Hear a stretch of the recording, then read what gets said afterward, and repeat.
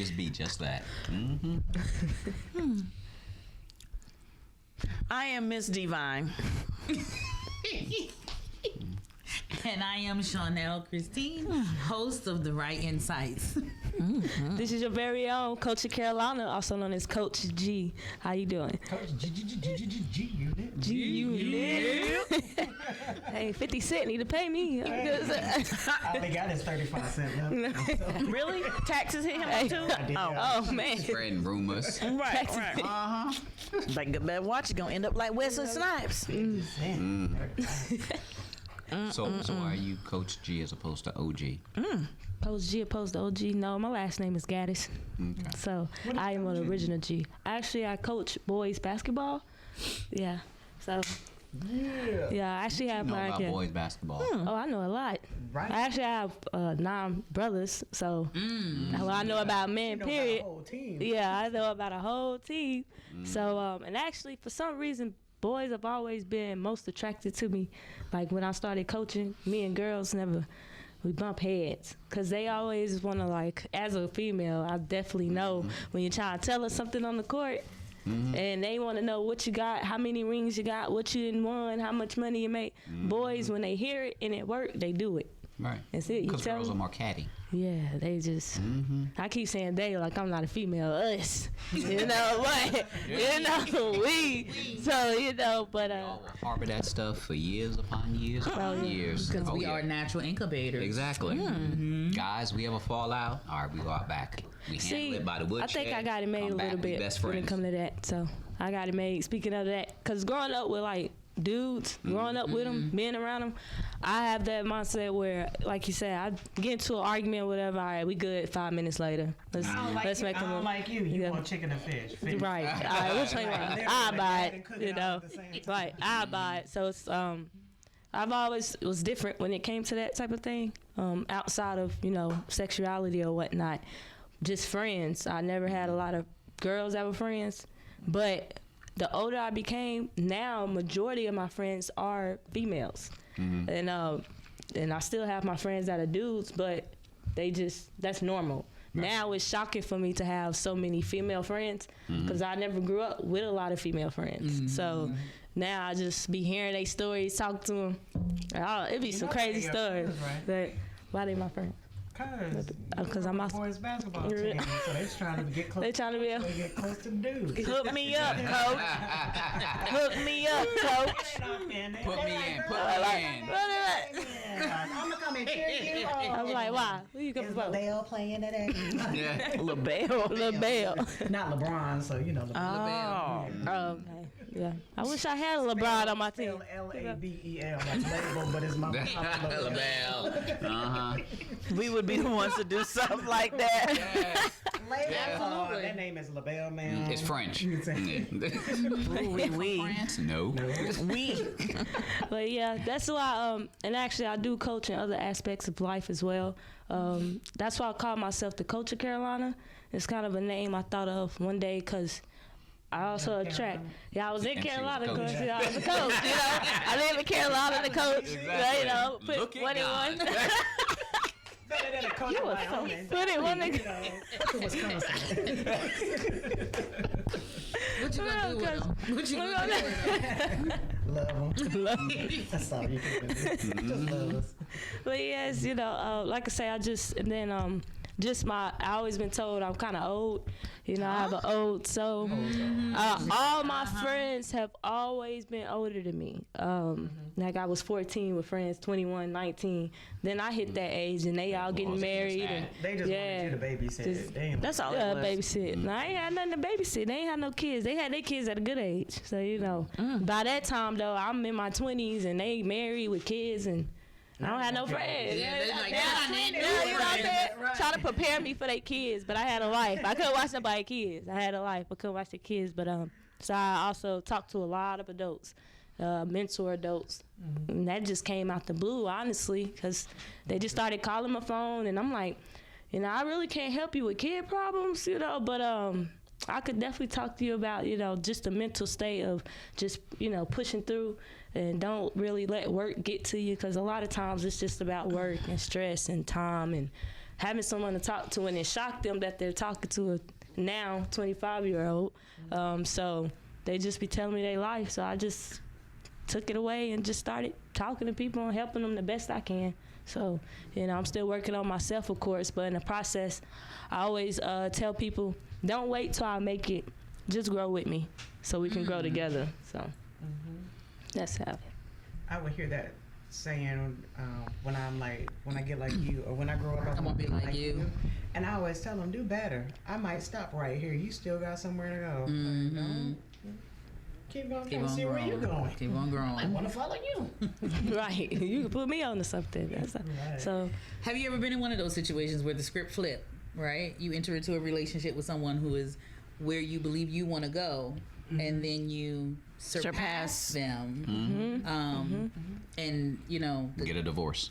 Yeah, because they don't always survive it, right? Exactly. It doesn't always because if survive you're the not shift. able to deal with that, there's places and things you want to see and go, and continued education, and now you're growing, but they're that same person that you married at 25, but now you're 45. So it's like, okay, so when you gonna grow up?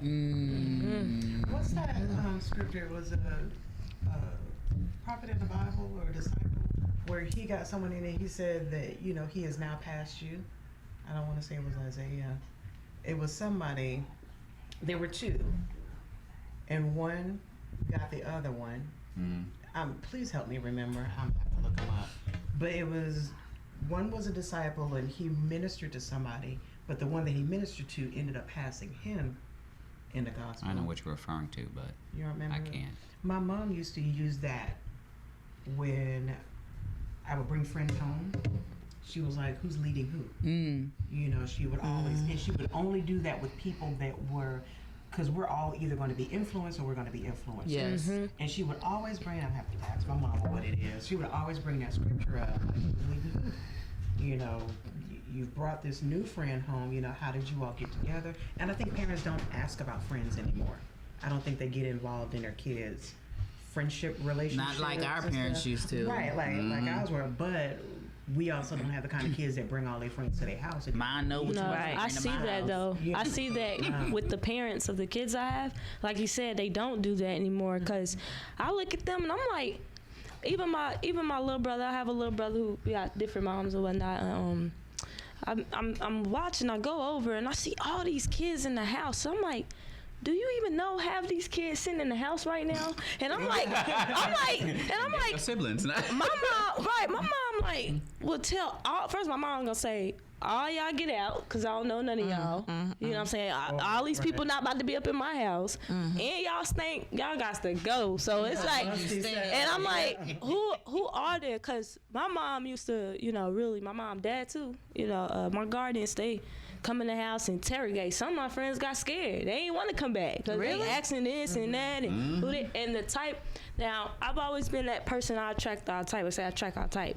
But the type of friends I had, we all got along because we love the same things, but I also thought different than them. So when my parents would see these type of friends, they like, how do you even get along with them? Y'all really? Because to them it looks weird, but they don't know them. They don't.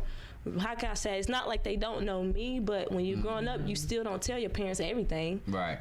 So they think they know of you, but they don't really know you. So you get to that age and you share stuff with them, and they be like, You when you do that? You like that? And I'm like, yeah, you remember such and such? That's why I was always with him. Da da da. So to them, it looked one way because they don't really know you yet. True. So I see by all the kids, and I'm like, who is he? I'm interrogating like I'm the mama. Who that? Right. Where his mama? Da da da. How y'all go? Right. And some of they mom, like I say, nowadays the parents is too caught up in working, and now both parents have got 2-3 jobs. Who there to watch their kids? It's kids watching kids, and you wonder why the kids are getting into stuff. So it's really no such thing as who the leader or who the follower with this generation, because they all get together and plan stuff together. But if somebody was there to really lead them, they wouldn't do half that stuff they doing. So I remember back in the day, I used to hear my guy friends, because I was an athlete as well, you know, like Tupac, my daddy, boy, bye. Well, if you don't know, if you don't know, It wasn't that. It was literally because being in a military environment again, our fathers was always sent away. So they used that music to be the inspiration. They used the music of people like Tupac to teach them how to handle this, that, or whatever.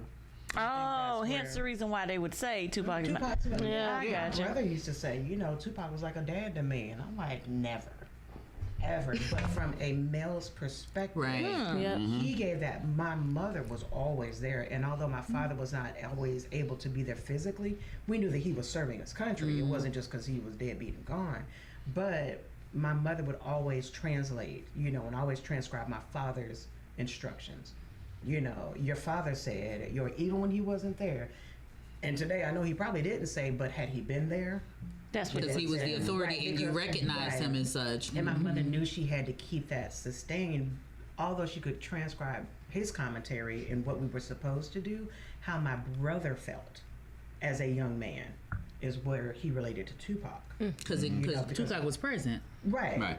He was speaking to him. He was speaking to him, right? yeah. Through his Directly, lyrics. right? Directly could understand what that was like, and although my mother would try to encourage or empathize or, you know, be the mom, it literally was like, you supposed to say that, you're my mama.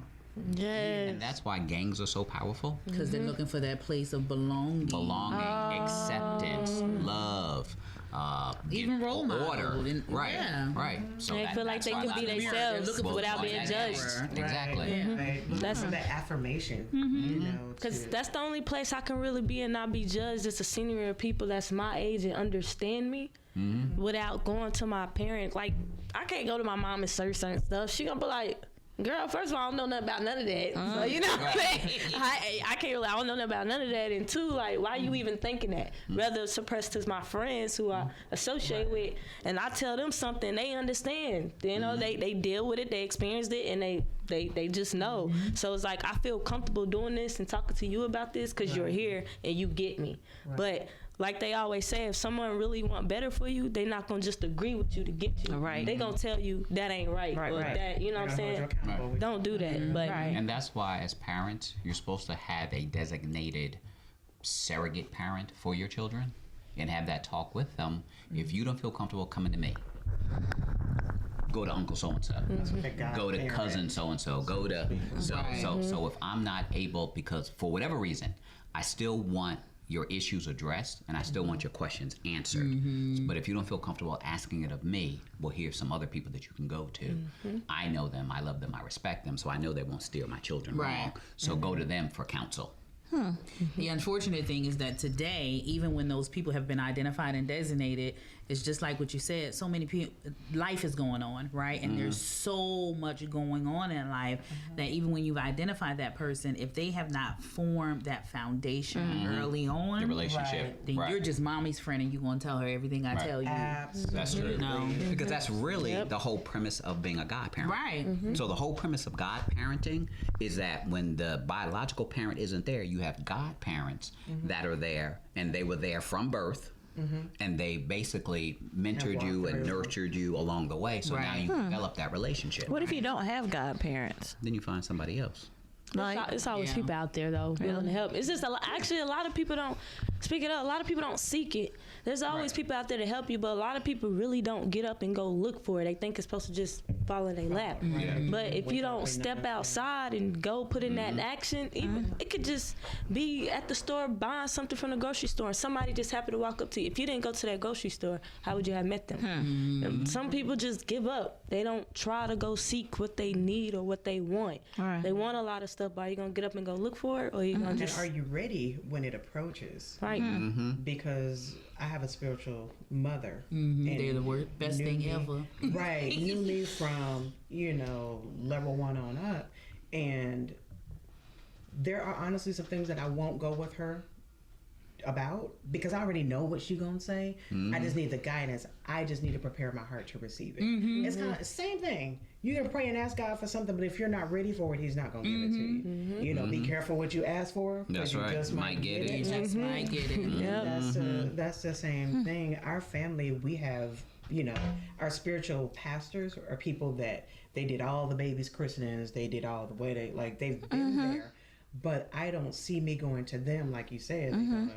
That's my mom's friend. Right. Yeah. And although two things can happen, I could tell her, share with her something, and it's Sunday sermon without my name on it, because she had went and told pastor, and now he's preaching on it in a roundabout way. Yeah.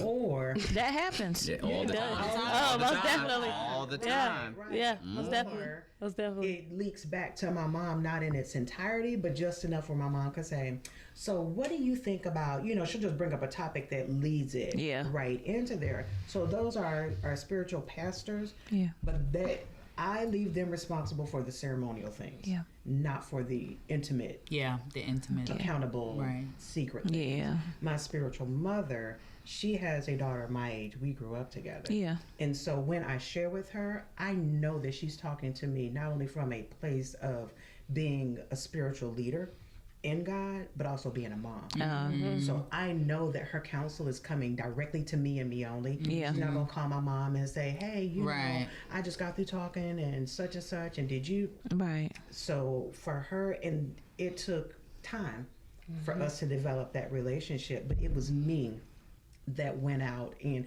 actually she called me randomly and asked me something spiritually, and it led me back to a word that I had been praying for. And it was kind of like that light bulb moment, like she's always been there for every aspect of your life. When you need, how about you go back to her? And it wasn't, she didn't say, I'm your spiritual mother, and from now on in life. It just formed. Right. I had organically. for something, she answered, and it was like nobody else could have given me that answer. So that's how, and I initiated calling her one day. I was like, hey, can I talk to you about something? And from that, it became a regular routine thing where I just got comfortable. Because the relationship too, that's like I say, that everything you just said is correct on why people don't look for that help, because they can go get a mentor. But so many people go to someone, they like, okay, what is it right now? What you gonna do to help me? Hold up, slow down. I don't even know your name. You don't know my name. I don't know where you was born. You don't know where I was born. Let's take a 5-6 week step. Let's learn each other. That's why relationships don't go. Everybody up, we right here. Yep, we in bed. Up, all right, we together. First of all, I don't know you. I don't know your mama. You don't know my mama. We don't know nothing about each other. Actually, what I found out with that, not by personal experience, but based upon like other people's situation, a lot of people they don't care to get to know the person before they get intimately involved with them. They're living life casual, and they're not looking for a long-term relationship or connection. They're just looking to fulfill the flesh. That's terrible though. They're trying to avoid. And that's the biggest thing. Right. Looking for love in all the wrong places. They're not looking for love. Listen to what I'm saying. They're not looking for love. They're living life casual, and they're wanting to fulfill the flesh. They don't care to look for love. They don't want a commitment. They don't. They are looking for love because there's a type of love that is eros love, which is the fulfillment of the flesh. So they are looking for love, but instead of looking for the agape love, they're looking for the eros love. Right. So they're looking for the wrong type of love to fill that void that's in their heart that only God should be filling. But maybe it's not the wrong type of love. Maybe it's the type of love in your words that they want. They don't want an agape love. They don't want to find a commitment. They're looking for eros love. I think everybody once tried something and it didn't work. So now everybody my bad. I mean, cut you off. My apology. Everybody's looking for something, once had it, and they got hurt. That's just where I think we at right now. Because right now we in this generation. A lot of people walking around hurt, and they don't want to get hurt no more. So they don't want to get hurt no more. So they just hurting. Because like I say, it's all a generation thing too. Because I was actually having a conversation before with a friend of mine, my god sister, and we was just talking about relationship stuff. And it's like we watched our parents thug it out. Married, like, most of you are old enough to be my parents, thug it out, hold it. Not saying it like that, not saying nothing. Especially I'm just saying. I was born in the 1900s. No, of course not. No, I'm just saying, of course not. I'm just saying, black don't crack, I just, if y'all wouldn't have told me, I wouldn't have known. But, but it's just parenting. I watch my guardians that raised me. they've been married for about 30 years, you know? I watch it, even my uncles, my grandma and all them, but Hasn't been all peaches and cream. ain't has peaches it? and cream. Right. But I watched them hold it together no matter what. And then our generation come and we're trying it. But remember, if I'm 25 and I'm dating somebody 21, 20, and whatever going on in their generation, we don't think the same, and they hurt me. Now I'm trying to date somebody a little older than me or my age. I'm holding on to something somebody younger than me did because they didn't see that. Right. They don't It's know what baggage. that's like, you know? It's baggage. So Right. We always carry That's baggage. good. Yeah. Yeah. Yeah. So it's, How do we heal from baggage or past hurt? I can tell you from my perspective and what I had to do, and it started with surrendering my life to God. There was no way for me to heal from the rejection and the disappointments and even my own failures without allowing him to do the work in my heart. The next step to that, because there are people out here who have surrendered their lives to God, but still get hurt. How do you Forgive. Forgive. Forgiveness. Forgiveness. Because Forgiveness is key. in order for you to be able to become the person who is willing to forgive, right? Then you have to allow the Lord to deal with the things that are already there. You got to let him deal with the things that are already there. And so, you know, through that healing, through being transparent, you know, I was sitting at my desk one day. Quick story. I'll try to make it quick. I was on a Show Me Me fast. Lord, show me me. Right? First of all, when you ask him, you better prepare yourself. And I'm sitting at work, and he said, this is the first time I heard the audible voice, and it was not in my voice, like it was a different voice. You are nasty. You are nasty, and you always have my name in your mouth, because my committed relationship was new. Like I'm all in Jesus. It was new, so you know I'm zealous and I'm sharing, Right. you know, talking about the Lord. And he said, "You're nasty." Now, my siblings and other people had told me that for years, and my response to that was, "Oh well, you ain't got to be around me." Wow. It was the conviction of the Holy Spirit that said, "Oh my God, I am nasty, but you gonna have to fix this." And that was a 10-year process. Wow. like some. There were some things that took place immediately. There's some things that still just right now being excreted. You know. They didn't have Ivory soap where you grew up? No. Okay. No. I had Dow. That's funny. How much time we got left? But yeah, I mean, healing, and then that's the spiritual side of it, and then there's the natural side of it. Is that you got to be willing to allow somebody to help you get from those deep in those dark places. That is true. Because we didn't get there on our own, and we're not gonna come out of them places on our own. How can people get in contact with you? You can reach me at Chaunel, Chaunel, at ChaunelChristine.com.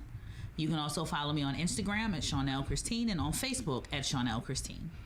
Coach G. You can follow me on Instagram at Coach of Carolina, as well stimulation.station as well. You can email me at coachofcarolina@gmail.com. Was that a vibrator or something? No, it's not. Oh. Thank you. Okay. Family, you're tuned in to the Profit and Growth Hour here on WDRB Media, the voice of the community. He said, What we gonna do with them? no. Inquiring minds wanted to know, right? I didn't know what that was. I just asked the question. Oh, You know? let me hop on for a second. You asked, you know? And for $19.95.